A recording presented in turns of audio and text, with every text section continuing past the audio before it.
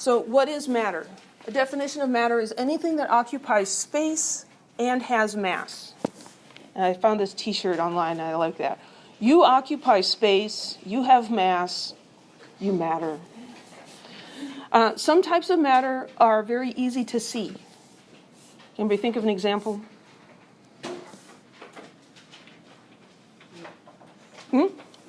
You. Yes. Human body is matter. Other types of matter are impossible to see without magnification. Anybody think of a kind of matter that we can't see? How about a bacteria? The bacteria matter? Yeah. It has volume and mass. It's just really small and you can't see it with your eye, right? How about gases? There is matter. The air is matter. It occupies space. You can blow up a balloon. Something's holding the balloon out. It's the air. It takes up space. And it does have mass.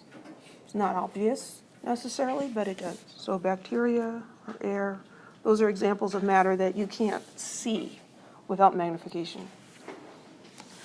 Matter often appears smooth and continuous. You know, you look at the desk that you're writing on, and it looks smooth and like it's just one big piece, right? But it's actually composed of atoms, submicroscopic, incredibly small, the fundamental building blocks of matter. A little bit like building with Legos. Anybody been to Legoland or seen pictures of it? It's really cool. They have like the Taj Mahal made out of Legos. And it's like, I don't know, 7, 8 feet tall, made out of Legos. It's really cool. If you get far enough away, it looks smooth and it looks like the Taj Mahal, like a picture, like it might be the real thing.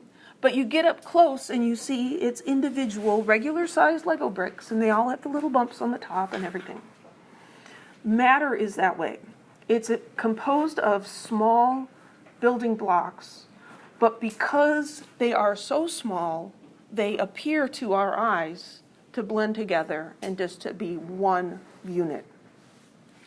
We can also have atoms bonding together to form molecules, and then those individual molecules can be the building blocks of a substance as well. So here we have an aluminum can, and if we were able to zoom in and to see the individual atoms, we'd see that the aluminum is composed of individual atoms that are basically spheres. Here the atoms are independent particles. They are not connected as molecules. Here we have isopropyl alcohol, and if we zoom in on that, we see that it's composed of individual molecules.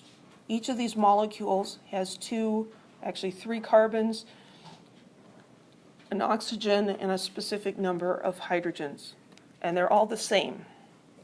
So the individual building blocks of isopropyl alcohol are molecules. So this is an example of an image generated by a scanning tunneling microscope. If you're interested in exactly how that works, I've got a couple of really neat YouTube videos that explain that. But it can distinguish individual atoms.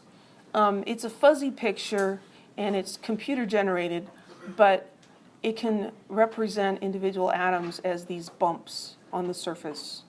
Now we do know that atoms are spherical in nature. They're not these weird cone-like things, but that's an artifact of the instrument. This is a scanning tunneling microscope image of DNA. And you can actually, if you look carefully, you can see the helix here.